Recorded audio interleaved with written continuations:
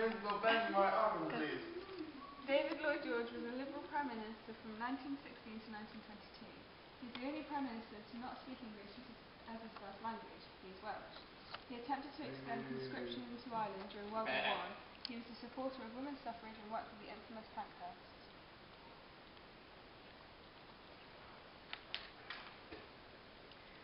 Next came Andrew Bonar Law, a Conservative, only Prime Minister from 1922 to 1923. Up next is Stanley Baldwin, another short-term Conservative in power from 1923 to 1924. Yeah. Along comes Ramsay MacDonald from the Highlands, that means Scotland. A Labour leader in 1924, only due to a hung Parliament reliant on Liberal support. Sound familiar? He was the first Labour Prime Minister, and in his short time he managed to settle the reparations with Germany. What next? Following the jock, we have a familiar face. Stanley Baldwin takes up his second term in office, much longer this time, lasting from 1924 to 1929, still Conservative. Not to be kept away, Ramsay MacDonald comes back from 1929 to 1931 as a Labour member, where he has to deal with economic crisis that was the Wall Street crash. He was then voted in for his third term from 1931 to 1935, but had no support from the Labour Party, so he resigned and was reappointed to the National Labour with support from Conservatives and Liberals. He was expelled from the Labour Party. Get me a whiskey. Stanley Baldwin comes back again, still a Conservative from 1935 to 1937. Neville Chamberlain takes over in 1937 to 1939, and then from 1939 to 1940. A Conservative who set up the Munich Agreement, he was criticised after the German invasion of Poland, which ultimately led to World War II. He resigned. Munich Agreement was an agreement permitting Nazi Germany annexation of Czechoslovakia's southern land. I can't say it. Winston, Conservative leader from 1940 to 1945, and then in 1945 for a short while. He led Britain through World War II. He helped the founding of the UN. He proposed the basis of the EU, made some pretty big speeches. We shall go on to the end. We shall fight in France. We shall fight on the seas and oceans. We shall fight with growing confidence and growing strength in the air. We shall defend our island, whatever the cost may be. We shall fight on the beaches. We shall fight on the landing grounds. We shall fight in the fields and in the streets.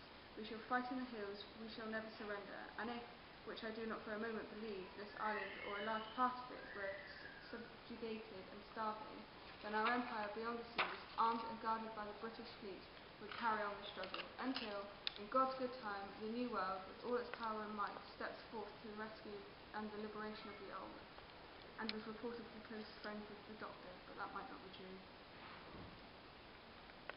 Clement Attlee was a Labour leader from 1945 to 1951. Like many Prime Ministers, he couldn't stay away, and Winston comes back for 1951 to 1955.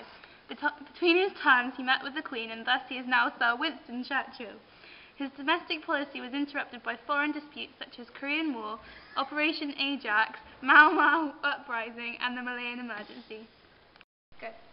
Sir Anthony Eden is a Conservative Prime Minister from 1955 to 1957. Then our final Prime Minister, in power from 1957 to 1963, is the one and only Harold Macmillan, otherwise known as Superman. He was Conservative.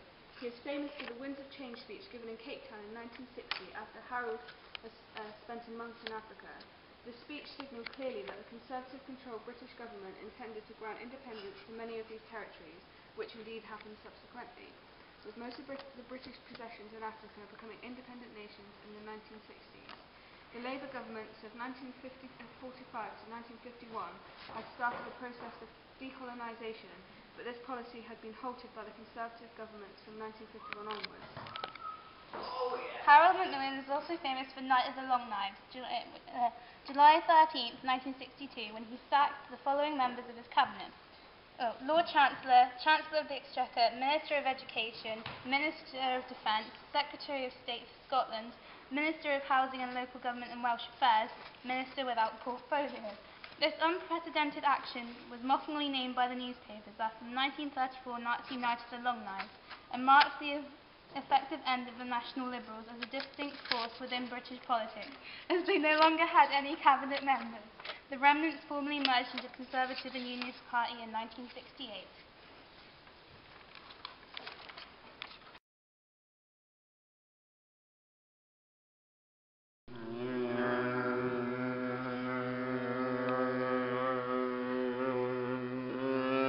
Oh yeah, cheers for that, love. That was nice and light. Oh, what's that in the sky?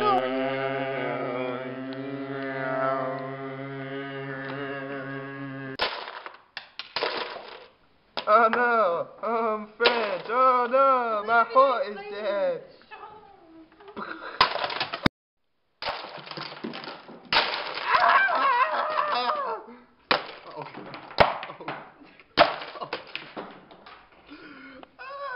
No, my children, be so happy. Look at the devastation caused. Luke Skywalker is dead. And Gandalf. Yes, Spitfire, hello. Yes, can you go kill the German bomber, please? Yes. Yep. Tally-ho, old boy. Okay, yes, rather good.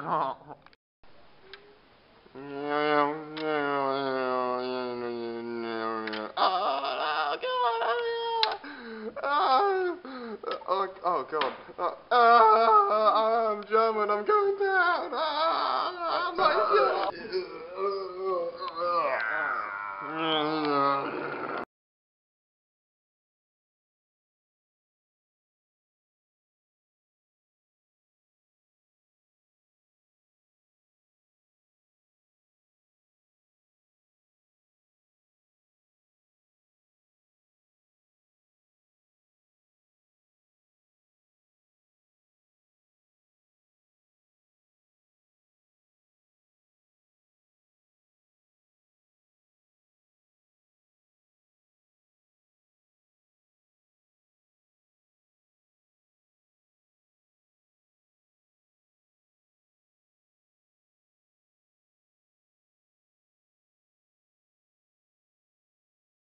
Hello, I'm French. Oh no, there is a plane.